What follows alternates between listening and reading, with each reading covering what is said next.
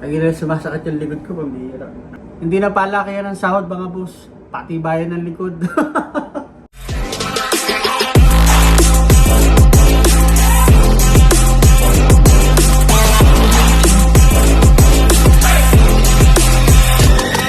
Maraming beses na kitang nilayasan, iniwanan na ibang pinuntahan.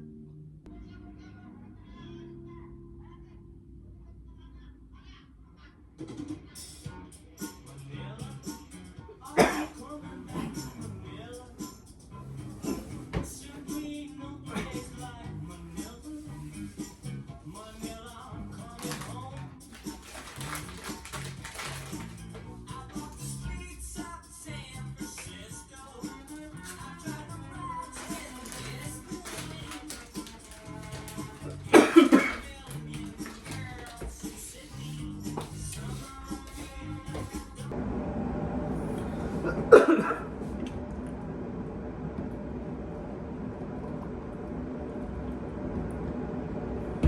Lagi na sumasakit yung likod ko, pambihira.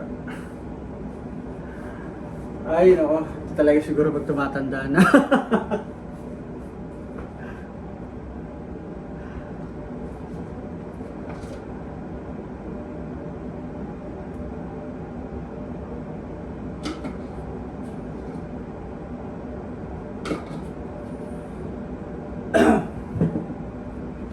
Use oil mga boss, sayang eh.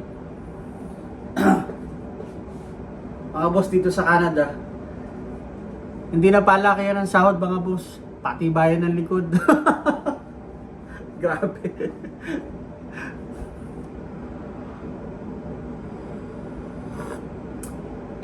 Ay. Oh.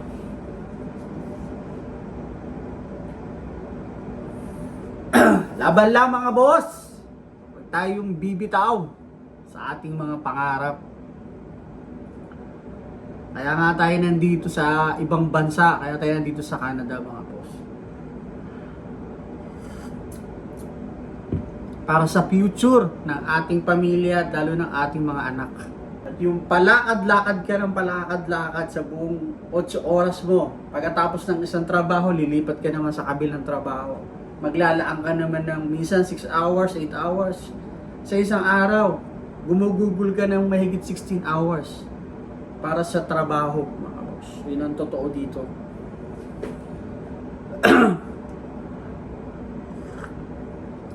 Ako, dalawa na yung trabaho ko, nagreklamo pa ako. Meron tayong mga kababayan dito, higit pa sa 2, 3 pa ang trabaho minsan sa isang araw. Ganun tayo.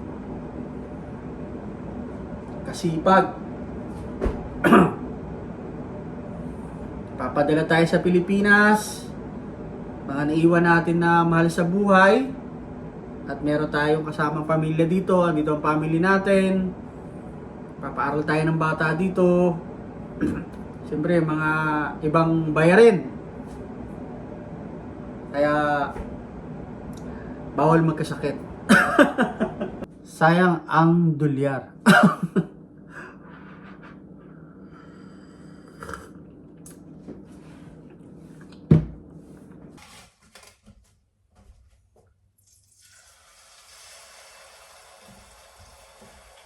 Hinahanap-hanap kita, Manila. Ang ingay mong kay sarap sa tenga.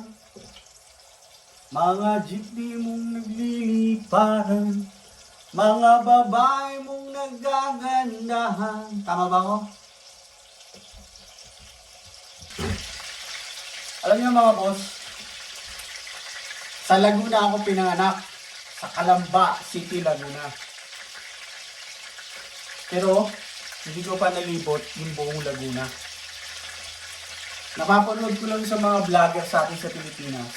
Shoutout nga pala kay Tito Pogs TV mga boss. Isa yan sa pinapanood ko. Isinishare niya dun sa kanyang YouTube channel yung magagandang lugar sa atin sa Laguna. Kung ikaw ay taga Laguna, panoorin si Tito Pogs TV. Ayan. Ang dami pa palang magagandang lugar sa atin sa Laguna. na halos hindi ko pa napuntahan lahat. Nadadaanan ko lang siguro. Kaya sabi ko, tulong ng Lord, pag nakaipon kami ng pamasahe, sisikapin ko makapaggala sa ibang bayan sa Laguna. Hindi man lahat, kasi kulangan tayo ng panahon. Lalo na yung mga parting pataas. Yan, sa may Mayhay, sa may Nagkarlan, sa may papuntang doon. Basta yung may mga falls, ang gaganda. Papanood ko, ang gaganda talaga.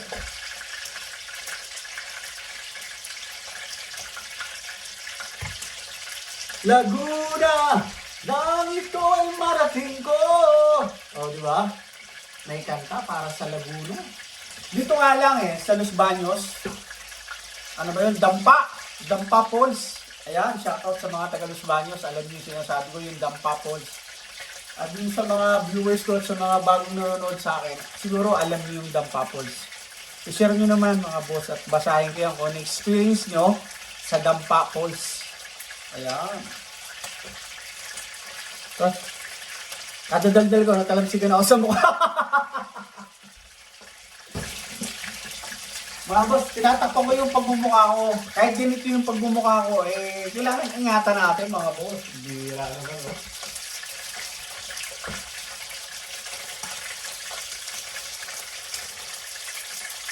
Dalawang piraso yan. Ititrito ko ngayon. Itong piraso, sa amin ni Mrs. At yung isang piraso, kinabukasan. Yung ganyan tilapia. Yung bata ko, dun sa amin, sa Pantalan, sa Baywalk. Shout out sa mga taga Baywalk dyan, oh. Ang tawag sa amin ng bakaw. Alam niyo ba yung bakaw? Nanghihingi kami. Excuse me. Pagdarating yung bangka, galing yun ng talim, tutulong kami ng konti. Pre, pagbaba-baba. Tapos manghingi kami. Kuya, paisda. Kayong bangos. Kaya, mga ganyan, mga boss. Nakaw ng konti.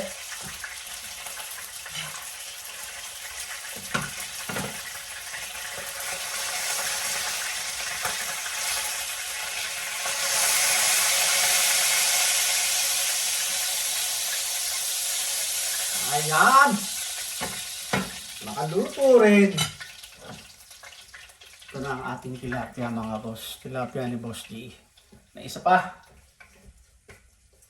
Hinahanap kita Manila. Ang ingay mong kay sarap sa tenga.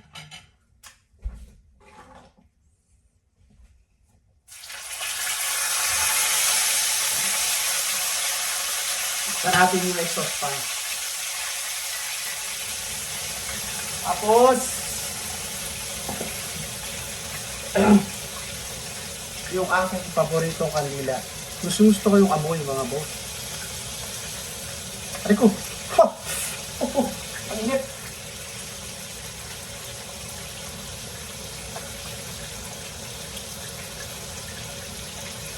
Ayan! Kaya natin dito sa lamesa.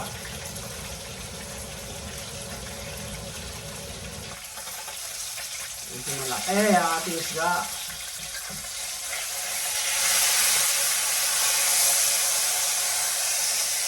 Ayan. Ang bango mga boss. Pero mamaya pa tayo kakain.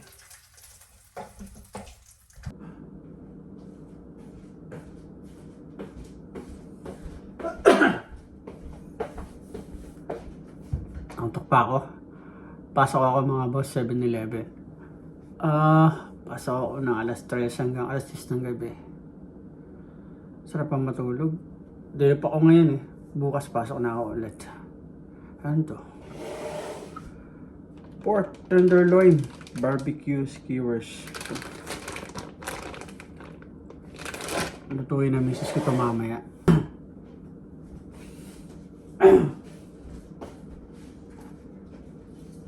Baon ko. Isang spam. Okay na yan mga boss. Let's go mga boss. Trabaho na ulit ako. Another day, another dollars mga boss. Let's go.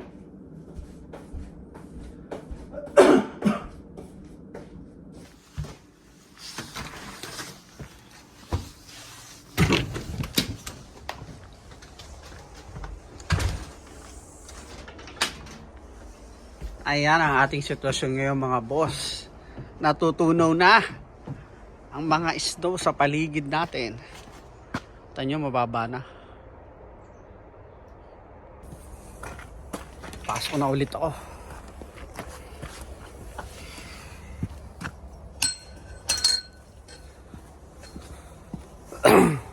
Malamig. Pero sakto lang. Sakto lang para sa akin mga boss.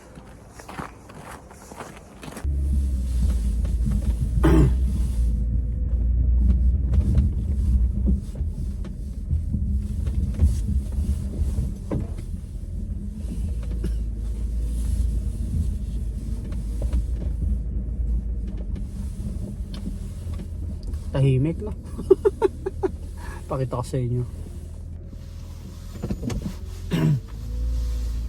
Tahimik na kapaligiran natin mga boss. Yan.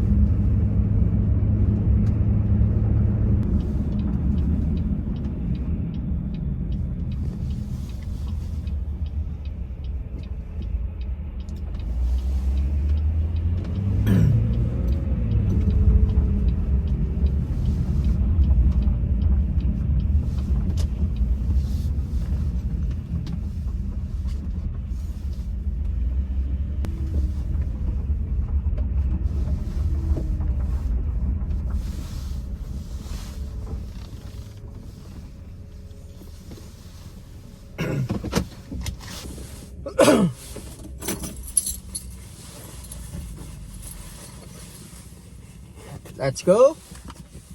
Trabaho na ulit tayo.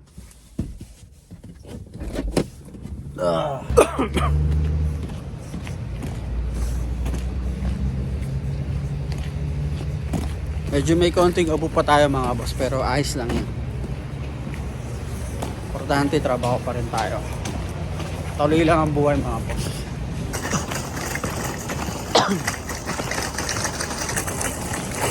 Uwian na tayo mga boss. Tapos na naman ang isang araw ko sa Canada mga boss. Kumita na naman tayo.